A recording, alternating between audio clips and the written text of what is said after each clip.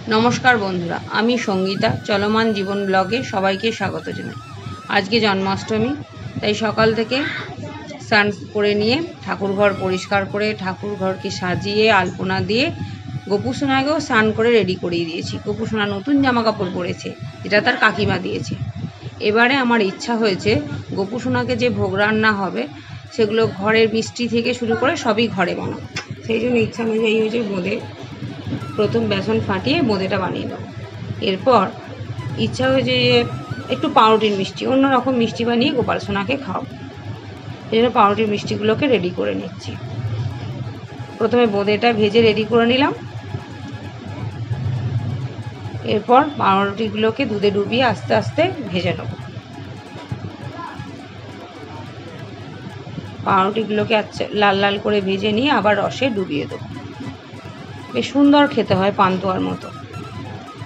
এবার গোপু সোনা খেয়ে বলবে কেমন হয়েছে। আমাদের তো ভালো লাগে, গোপালেরও নিশ্চয়ই ভালো লাগবে। এই দেখুন লাল লাল করে ভাজা হয়ে গেছে। এরপর আস্তে আস্তে তুলবো আর রসে ডুবিয়ে দেব।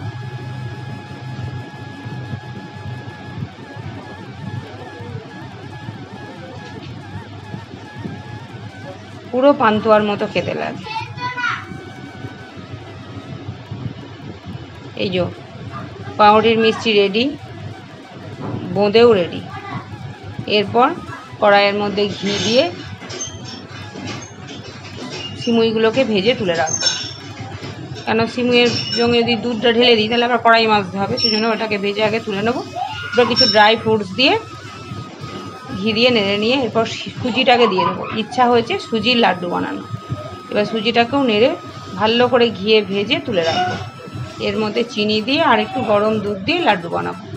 এরপর সুজি বানানোর জন্য কড়াইয়ে শুকনো সুজি দিয়ে ভালো করে নাড়াচাড়া করে জল দিয়ে চিনি দিয়ে ড্রাই ফ্রুটস দিয়ে সুজিটা করে নেব।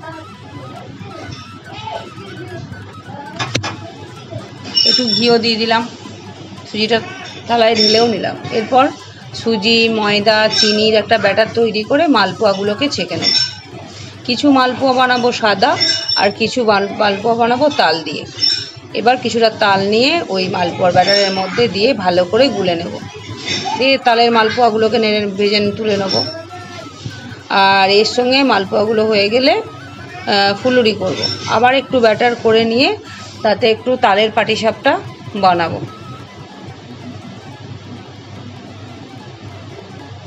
তালের মালপোয়াও রেডি। এই যে তাল ফুলুরিগুলো রেডি হচ্ছে।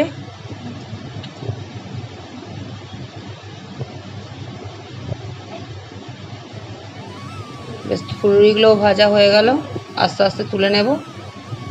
এরপর ওই যে সুজির লাড্ডু বানাবো বলেছিলাম সেই সুজির লাড্ডুটা রেডি হচ্ছে। আস্তে আস্তে চটকিকে মেখে নিয়ে লাড্ডু বানিয়ে নেব। এবার কড়াইয়ে তেল দিয়ে 5 রকম ভাজা। এদিকে দেখুন আলুর দম রেডি, ডালিয়া প্রেসার কুকারে রেডি, ছোলার ডালও রেডি হয়ে গেছে। এরপর তাল লুচিগুলো হচ্ছে।